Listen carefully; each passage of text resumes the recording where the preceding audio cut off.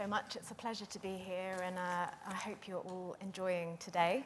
As Matthew said, I'm Ali Young. I'm the Associate Director for Local Public Services at techUK.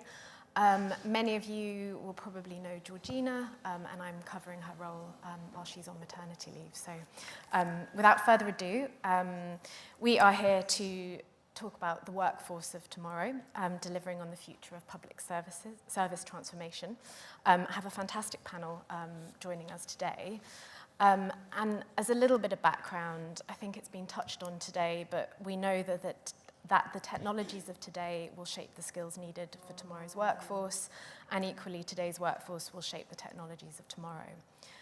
So in this session, we want to explore how the workforce of tomorrow will deliver better public services, what those future jobs might look like, the skills needed to achieve this, and then the impact of the technologies in recruiting and retaining talent.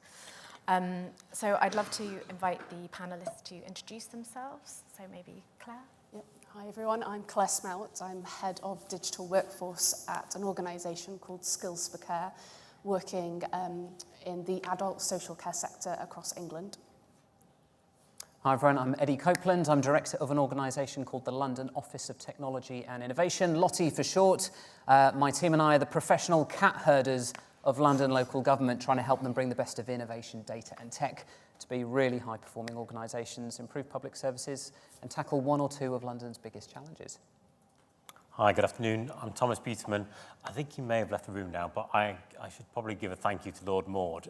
One of Lord Maud's recommendations was that we establish an organisation in the Cabinet Office in Government called the Central Digital and Data Office. So I'm part of the Central Digital and Data Office. My role is to lead on all things capability, which is parlance for people and skills, and making sure that we have a sustainable pipeline of brilliant talent to build the kind of digital systems that Lord Maud was talking to.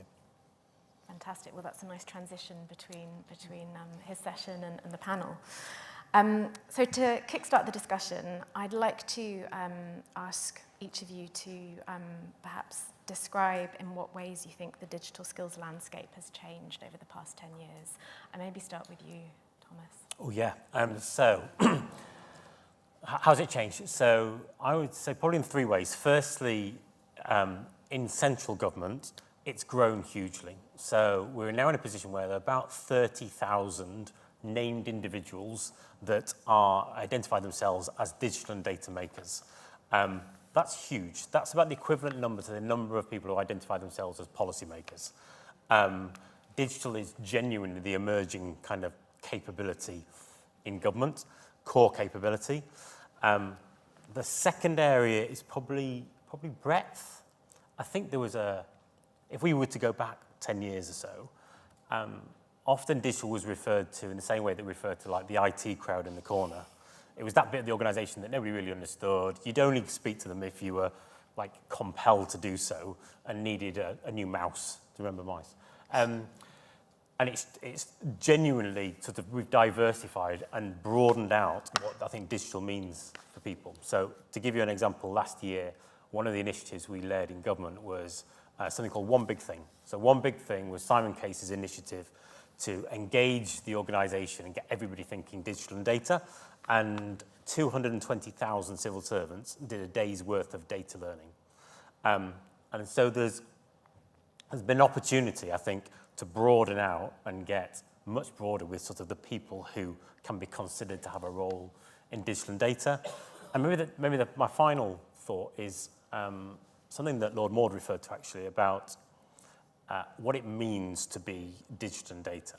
Yes, DevOps and software engineers and technical architects are really critical, but one of the areas of digital and data roles that's probably grown the greatest has been in roles like business analysis, user researchers, and now user researchers are identified and understood to be like a really, really critical part of our system. Because without them, we can't get to the heart of what is that user need and make sure that the solutions that we're working to are going to meet that user need. So there would be like three things, I think. Okay, fantastic, thank you. And Eddie? Well, just to explain my context from a London setting, just a few things you need to know. So since 2010, Lord Maud gave you some context. I'll do the same. Since 2010, London has added the equivalent population of the entire population of Liverpool, about 800,000 people. In that same time, we've had a real-term budget cut of 21%. And in response, we've cut 54,000 staff across London local government over that last decade. Your average London borough has about 3,000 people, delivers 500 to 800 different services, is at the front line of delivering social care, climate change responses, homelessness responses, cost of living crisis responses. So we have to innovate. We have very few resources, and so if you're waiting for an email response from a local government colleague, you now know why. It's because they're doing 3 people's jobs from a decade ago. What's the transition been? Well, on a digital front, I think we've seen the shift from IT departments to digital, trying to recognize that we cannot just take new tech and data, slap it onto the same old service models we've had for the last couple of decades and expect profound change to happen. So where I'm seeing this being done well is those organizations who get that if digital is to mean anything at all, it has to be, as Lord Maud says, about the cultural change, the changing the service model, changing the way we do things. And so, in fact, I've stopped initiating use of the term digital because I can't even get a group of CDIOs to agree what it means. I have to spend 10 minutes explaining what I don't mean by it. But the skills we now need are, yes, amazing technical chops. We need amazing data skills, but we also need that sort of service design, that outside-the-box thinking of what is the model itself, what does that user need. And it's been great to see in London boroughs that more and more of them recognise that, and the evolution of their workforce and what they call digital is firmly shifting into that. How do we fundamentally transform this to start with the resident, not with us, and to be so much more than just the IT and digital team?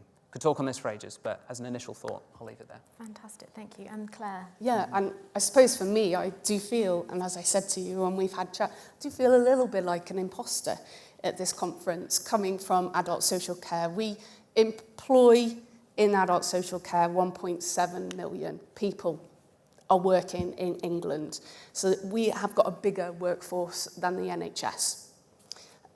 So the sector I work in support anyone from the age of 18 onwards. So it's huge with the number of people that we support. So of course I am going to mention the pandemic. The pandemic was huge for everyone, of course, but in terms of digital innovation and digital workforce, we had to really grab it and work with it very quickly. And we've got 20,000 independent care businesses across England, where we had to support them to understand technology, to then be able to support the people accessing care and support so they could communicate with their family and friends. And also bring in things like digital social care records. And, you know, I'm 20 years in adult social care. I was a carer, family carer, and I've worked my way up, and I'm here working in the technology industry, and it's great. But I remember when I was delivering care where I was going through 60 pages on someone's daily care plan and thinking, right, I'm completing just paperwork after paperwork and not being able to make informed decisions about that person's care and their requirements and their needs, and not being able to understand that they may not have had a drink of water for a couple of hours. And these things were all coming together, but when you've got 60 pages you're presented with, it's very difficult to make that informed decision. So with the use of digital social care records coming in and the support from the government and from NHS Transformation Directorate, by being able to access funding from the independent sector to purchase this has really been able to increase the use. But in terms of a skill perspective, our registered managers and our staff have not come into the sector to work with technology. They've come here to support individuals. And that can be a big barrier. And that's what we're addressing and looking at now, is supporting registered managers to understand change management, culture change in terms of digital and technology, but being able to give our care workforce the skills to be able to use apps on their phones, to be able to use digital social care records. So we have undertaken a huge transformation in the past 5 years. Well, I think the sort of key thread through all of that is the individual, the person, you know, the resident, the citizen. And it would be really interesting to hear maybe some current initiatives that are addressing some of the skills challenges within the public sector. And maybe I'll start with Eddie. So part of trying to make sure we're bringing lots of different skills together is with the staff we've already got. At Lottie, we do lots of digital apprenticeships. We help the boroughs with recruitment as well. So we're trying to bring in that new talent. But we've got these incredible, public-spirited, talented people in their organisations. And I often say when I talk to leadership teams, going, hand on heart, can you tell me that each and every one of your staff, from your senior management team down to the frontline worker, can solve the blindingly obvious problem that's right in front of them? Or does every decision have to go all the way up the chain? Is everything solved in silos? And so in an area like social care, one of the big initiatives we're trying at the moment, because it is so hard to test innovation at the coalface in public services, we're setting up the local government sandbox. This is going to kick off next month. We are replicating aspects of social care, the service model. We're literally going to perform it. We're going to act it out. Imagine in a big room like this one. And we're going to invite people like yourselves. We're going to invite the frontline workers. We're going to invite the digital team, the policy team, the strategists from all those different skill sets and go, collectively, can we think how we would reinvent this? So in part, this is about we've got to create the opportunities in our ways of working for people to bring their lived experience, their skills, diverse as they may be, to think about problems in fundamentally different ways. So breaking down those silos as well as building new skills and things like AI and who knows, blockchain, that ship might have sailed. Certainly AI we're excited about, but it has to be part of this wider portfolio of multidisciplinary teams coming together. Fantastic, thank you. And Claire, maybe following on from that social care link. Yeah, absolutely. And I just kind of want to pick up, and we're going to have a conversation afterwards in terms of this great theatrical kind of way of planning out social care. And it is needed. And like I said, when I came into social care, I'm there for the individual. They're at the heart of everything that we do. And it's their choice and control and their independence. And for me, there is areas around how we design. We talk about UX design, but absolutely every service needs to be designed around that individual and their choice and what they want. And for me, there's things around working with local government, working with NHS and other public bodies to be able to develop that. And I think as well, for me, there's so much that's going around in my head, so I'm just trying to pinpoint it down.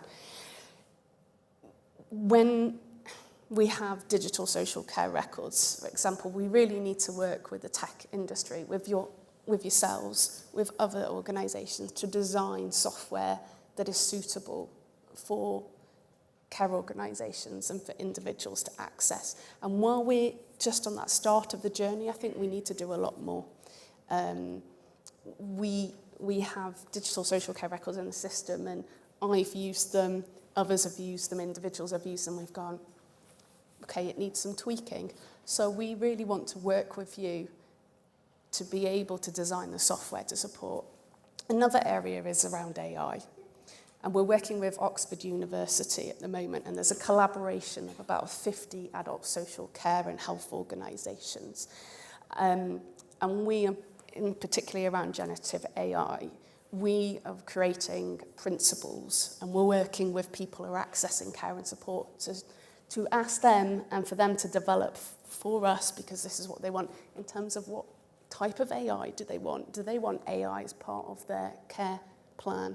Do they want care organisations to use AI? How can it be safe? How can their information be kept safe and confidential? And what does it mean for the long term for them? And that's the thing, we're welcoming AI, but we also have to be careful that it's an individual preference as well. So again, really want to work with people in this room to be able to go through those messages and find out how it would work with social care. Fantastic, thank you. And then Thomas.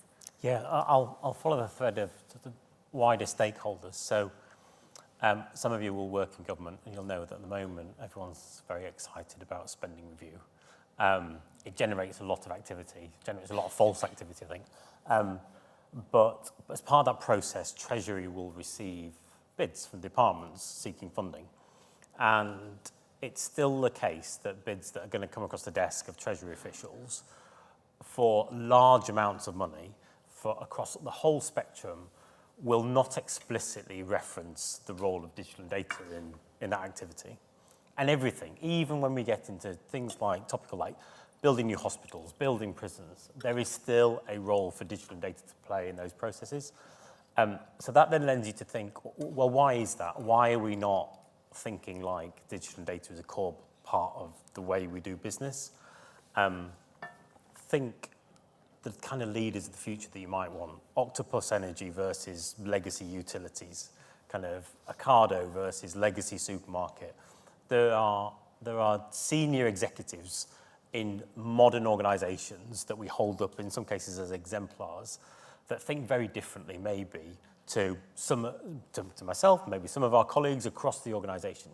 So one of the things that we've been doing is, for the last couple of years, we've been helping senior civil servants, about 7,000 senior civil servants in government, to become more skilled, more confident in using digital data. It's not going to teach them how to run a digital business, but it's going to give them first level of confidence. And we're now at the stage where about 3,000 of those 7,000 have embarked on that journey to become more skilled, more aware. And we're actually thinking very carefully about how we go a step further, how we hold the hands of permanent secretaries, coups, ministers, so that they understand not only what's the vocabulary, what's the lexicon of digital data, but how they shift their own mindset, think about risk in a slightly different way, think about funding and gain share, and I suppose devolution of opportunity to the broader organisation, so that we're better set up, so that further down people can take a bit more control and feel a bit more empowered to innovate. Fantastic. That leads really well onto sort of my next question, changing people's mindsets, helping upskill, but also looking at that issue around legacy technology. Not enough people are familiar with older technology, and does anyone think that there's any merit to taking a backwards look when thinking about the approach to upskilling public sector? Maybe Thomas? Yeah, I can jump in. So two immediate thoughts. So I started out my career crawling around under floors in data centres. For a bank it was at first. And I remember the really old dusty, fusty stuff, tandem mainframes. They still exist, right? A lot of this old technology, it still exists. So there was a very practical reality that whilst those systems exist, we have to be able to serve them and make sure that we can maintain them and we don't trip over ourselves and create security risks and all of that. So there's very practical things we can do. Good example is DWP. They are running a program at the moment to develop new apprentices. A cohort within that program, I don't know how many it is, something between about 20 and 50, I think, are also doing a supplementary COBOL module. And there is a value, right, associated with that, because there is still such a demand in the marketplace for COBOL skills. So that's the day-to-day practice. I would suggest the challenge back to us as leaders thinking about how we serve citizen demand, user demand in the future, is to think carefully about how do we redesign, reinvent the services to current and future user need, which is about fundamentally thinking very differently about the end-to-end user journey, rather than feeling beholden to sort of layer on layer, sticking plaster of sort of supporting these legacy systems, which were often built around quite a siloed, maybe sort of ministry approach, rather than thinking about life events, thinking about proactively about what user need might really be. Completely agree, particularly with that latter point there. And the most common question I get from people outside local government is, why, oh why, Eddie, can we not just get every single local authority just using the same systems in each particular field? And it seems like a no-brainer, economies of scale. I'm going to tell you why this doesn't happen. It's because very rarely, unless you're talking about just networks or cloud hosting, your technology drives the data you capture, and you're plugging that into at least 20 other systems. And then the data you capture is driving the process you follow. So you cannot, it's very rare you can just swap out a technology Technology, data and process are wrapped into three. So you've got to persuade the service team. And as I said, with all the cuts we've had in local government, good luck trying to tell the housing manager or the director of adult social care, sorry, we're going to just change your IT system on which you are literally by a thread holding your service together. We're going to have to re-figure out all those integrations and dashboards that you've been using. This is wholesale organisational change. It's the right thing to do. It is also hard. But so we've got these two things we've got to try and do here. I know for all the private sector folks in the room today, it's misleading, we're in a dark room, how difficult it is to ever talk to the person you might want to talk to in local government to say, we've got a solution that actually really meets your needs. It's very, very difficult to get the time because of those staff reductions. And I know that's frustrating from the outside. And in local government, we like to complain about some of the big incumbent suppliers. But in part, we have encouraged those behaviours because, as you know, we stick out these giant, great tenders. It's a 200-page description of their incumbent system. And we wonder why only one or two suppliers ever come back to us. So we have to improve the procurement bit if we're going to try and escape from legacy. But the long-term bit, as you've just said, is we have to reinvent our service models. In social care, I don't want to be talking about which IT system is slightly less rubbish than the one that the boroughs currently moan about. We should say, what is the future service model that actually solves the resident need? What is our future model of care? And then let's open it up to this whole room and go, what technology, what data, what other tools do we need to power that new world? That is the way we escape from legacy systems we hate, not just tweaking around the edges. Fantastic, thank you. Claire? Yeah, absolutely. Totally 100% agree. And again, it comes back to that individual's journey. And, you know, with adult social care, I always say, unless you've experienced it, it's very difficult to explain. But as soon as you experience it with a family member or friend or for yourself, you realise how complex it can be and how frustrating it is, and that you can be on the telephone waiting for a social worker for hours on end, and then you're having to repeat yourself. It's very similar if in some hospitals you're having to repeat yourself. And the part of me is it's around legacy, but also around data interoperability. And when we're moving forward, we really need to focus on how our platforms can talk to one another. And that's something that in adult social care we've actually been looking at. So over the past 18 months, we've mapped out all the different adult social care, public health and GP or primary care, as well as some health databases. And we've realised there's thousands. There's absolutely thousands out there. And we wonder why citizens, ourselves, or people that we know and our loved ones are complaining because they haven't got a seamless journey from adult social care to primary care to health. And it is because this data does not currently talk to one another. So moving forward, this data interoperability is going to be key for us. And that's where we need you to come together, like, as they say, in this room. I agree, it feels like it's evening time rather than day at the moment. And to actually look at what we need to do and work together and work in partnership. Okay. I think Claire touched on this earlier about COVID and how the pandemic sort of necessitated the move to use technology, you know, very quickly. In terms of, you know, the fast-paced nature and the change of the innovation landscape, how do you think it's impacting the requirements for digital skills of the future? Maybe to Eddie. So we've got two trends at the moment. In fact, when I talk to my local government colleagues, it's interesting that some of them have a certain sense of almost nostalgia, bear with me here, for the COVID experience, not for all the horrific consequences of that pandemic, but for the permission to try new things, to move fast, to not have to wait for 20 layers of permission to be able to get things done. And I've got some of my borough colleagues in the room today who did the most incredible thing to help Londoners during that time by moving fast, by making good decisions and innovating on the model. And we saw some of this of service innovation at the time, which was enabled by digital. Do you remember during COVID, a lot of it was, we don't have the answer or the resource just from your local authority, but our job is to be government as dating agency. Here is someone who's got a problem, here's someone who can meet it. Our job is to connect you or to support and spin up the platforms that can connect you. You know, this is a problem the internet era solved quite some time ago, connecting people with a mutual interest. So that sort of innovation we saw during COVID, and we must not roll it back. We've got to really fight to keep that innovation going. The other thing we see is, of course, the technological innovation. And as Lord Maud said, the hype cycle is currently peak on generative AI. And unlike blockchain, the use cases are rather more obvious. We can see how it could genuinely help, how it could genuinely shift. And it's been pleasing to see local authorities doing the right thing of trying micro experiments. You know, we're seeing some in social care doing automatic transcription of caseworker notes. We're seeing others helping housing officers respond to complaints much, much faster by, instead of spending 3 hours summarizing all the case history, they get the AI to do that, and then they focus on solving the problem. We see it for predicting flooding in places like South London. So these tools can really, really help. The interesting conversation I'm now having with boroughs is, okay, imagine we've got a data team and they're kind of data analysts.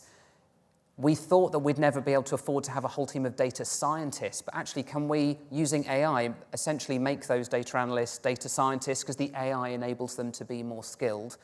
It's this big question around, does this sort of augment our capabilities in all sorts of different fields? And I guess the question I've got is, do we need a new role in our public sector organisations of almost like the audit role? Do you need at least one person in that data team who really does understand how those clever models work to be able to go, I can see my colleague here, they've tried something, they've used the AI in a very sensible way, but it's slightly misunderstood something, and I can spot the red herring in a way that that's a less qualified person could. So maybe we can really upskill, which we need, using that AI, but we might have to think about what roles do we need to have the assurance that we can do it safely. So lots of big open questions. It's fascinating. Keeps the conversation interesting. Yeah. Thomas, your thoughts? Yeah, I'll follow Eddie's turn to think about AI. So there are about 520,000 civil servants across central government departments. They're bright individuals. In most cases, they will come to work to do a good job. They know what works, what doesn't work. They often also have an idea about what might some of the solutions be. For many years, digital and data has been the preserve of maybe a few, and we dress up some of the work that we do in sort of elaborate language and acronyms and so on. But there's something about, I think, the introduction of LLMs that means there's a bit of a tipping point, and it allows us to start to push out opportunity to anybody who's prepared to just try something differently. It democratizes it. It means that anybody, if given access to Claude or Copilot or any of the other sort of LLMs, have the opportunity now to potentially test what might an answer look like. And that's, I mean, I find that incredibly exciting. It also presents amazing opportunity for us genuinely to move faster. The counterpoint is that as an organisation, government isn't necessarily known for taking risks and moving fast. A cynic might say, we're an organisation that is all about preserving the status quo. Our most senior leaders, ministers, they want to stay in their job. They want to, cement their position. We want to maintain things as long as we possibly can. So there's a real challenge in us finding ways to unblock the culture by incentivizing leaders to work in a slightly different way, getting them to see risk in a different way, and then give permission to allow people then to take advantage of these things and try things in a different way. Maybe we need your audit person on the side, tapping us on the shoulder and keeping us in check. But I think of all the things we've got to look forward to, pushing out further into sort of greater access for everyone to be able to innovate is really exciting. Okay. Claire, any thoughts? I think, for me, in adult social care and adult social care services and councils, several have started to work with the Hartree Centre in Warrington, the Science and Innovation Centre, and they've been using AI to support with the delivery of social care, in particular delivery of home care to certain areas, and they've been using that and working with Hartree. And so for me, I would say for adult social care, it's about working in partnership with the tech industry to be able to unlock the opportunities AI and other tech has to be able to support us. What I will also say is we do have professions in these roles that are part of DDAT roles that are employed by adult social care, but they've never been mapped So we're just, Skills for Care as of last year have started with our adult social care workforce data set where we collect the workforce data. We've just started to map and understand how many people are employed in these roles in adult social care and what type of qualifications and skill sets they have. Because without that, we cannot put in a support or career pathway for them. So we've got people working in adult social care that for me should be at conferences like today, so they can upskill and keep up with their CPD. So that's really what I wanted to say. Fantastic. And I know we could talk for much longer. I'm going to do one more question and then we'll go out to the audience. But I'm quite interested in the panel's thoughts on how we can improve talent recruiting and retention to support the digital transformation of the public sector. Thomas, your thoughts? Yeah, so quickly, everyone comes to work for a reason, right? And there are reasons why we choose to join an organisation and we choose to stay with an organisation. And that's about lots of things. It's about, I suppose, the breadth of work that we do, brilliant people that we work with, having a purpose and a mission. And the job of, I think, public sector organisations is to make a really compelling case for the kind of work that you can do, which in many cases is unparalleled. You know, there's so many exciting, really impactful jobs that we can do. And we don't always make the best job of selling ourselves and explaining what an opportunity is. Also, though, there's an issue of pay. And we need to find ways continually to figure out how can we pay in a way that means we are competitive. It doesn't mean we're going to be the organisation that pays sort of the maximum in the market, but we do a lot of work across central government departments to give them that freedom. So the kind of the functional, I suppose, ownership that Lord Maud talked about earlier on has allowed us to establish a very specific pay framework for digital and data professionals. CDDO contracts with Treasury every year on what that looks like, and then it gives departments the opportunity then to implement that at the local level. However, it's an overlay to the existing pay framework, so there's lots of quite technical challenges with making sure across all government organisations that you are able to pay like in a competitive way. It's kind of one of our Achilles heels, and frankly, it's one of the really strategic, I suppose, imperatives that over the course of probably not this next spending cycle, but the 3-year spending cycle that will come afterwards, we are going to prioritise addressing. Similar situation in the local government context. So one thing Lottie does, every week we trawl all of our members, all the boroughs' job sites, and we cross-promote and we add onto our website and promote all of their jobs in digital tech, data and innovation. We look at the job description, we harvest the salary information to share back with our members. So I have read an obscene number of local government job descriptions. We've crowdsourced, you can get it on a website, there's about 1,200. I've read half of them I don't understand. So if a new graduate is reading this or someone from out of sector, I think we've got to be mindful of that. Some of them are in badly formatted Word documents, which doesn't exactly give you the confidence. These are high digitally enabled organisations. And the last one, some of it feels like a dry list of chores rather than going, like I said at the start, you get to work on climate change, homelessness, tackling problems for the most vulnerable people in society. Where else are you going to have these kinds of opportunities? Local government is cool. It is fascinating. Come and work here. So we've been working with our boroughs to go change the narrative, folks, up the rhetoric. What you offer is amazing. The pay thing is a major barrier, though. If you're good with tech, digital, data, innovation in London, you can earn considerably more if you work anywhere other than local government. We need to look at the pay, and you're absolutely right on those pay structures. I think there's also a collaborative opportunity here. I say this with my Lottie hat on. Okay, if not every borough can afford an amazing enterprise architect, maybe in clusters of 2 or 3, they can afford some of those roles.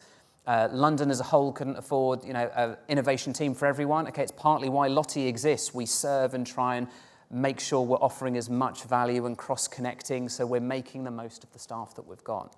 Very final point to make. When I look at a more senior level, some of the most talented, incredible people that I have the privilege of working with in local government, I worry some of them are now giving up because their leadership still don't get it. and they are not creating the environment for them to do the work that they know how to do. And I think the biggest risk we've got, and Lord Morden mentioned this, is leadership who do not provide the space, the mandate, the support. I'm trying to talk to lots more leadership teams now. We need to massively amplify that conversation. Otherwise, we're going to lose these amazing people whose skills we need absolutely right now. Very quickly. Yeah, no, absolutely. I just wanted to say what you echoed is what we have in adult social care in terms of trying to recruit and retain staff. So I thought the tech industry may have cracked it, but I think we've got some absolutely opportunities to collaborate. The one thing I've got to say is in health and social care, we do have rotational apprenticeships. So we do have people that are going and spending 3 months in hospital, 3 months in a residential or nursing home, 3 months within a local council. So they're getting to understand a little bit and then being able to choose where they want to go. So I absolutely see there's some innovation in adult social care that potentially could come across to tech and pay. Yeah, absolutely. Again, we struggle with those that are indeed at professions in adult social care. We struggle in terms of the pay and terms and conditions to be able to offer.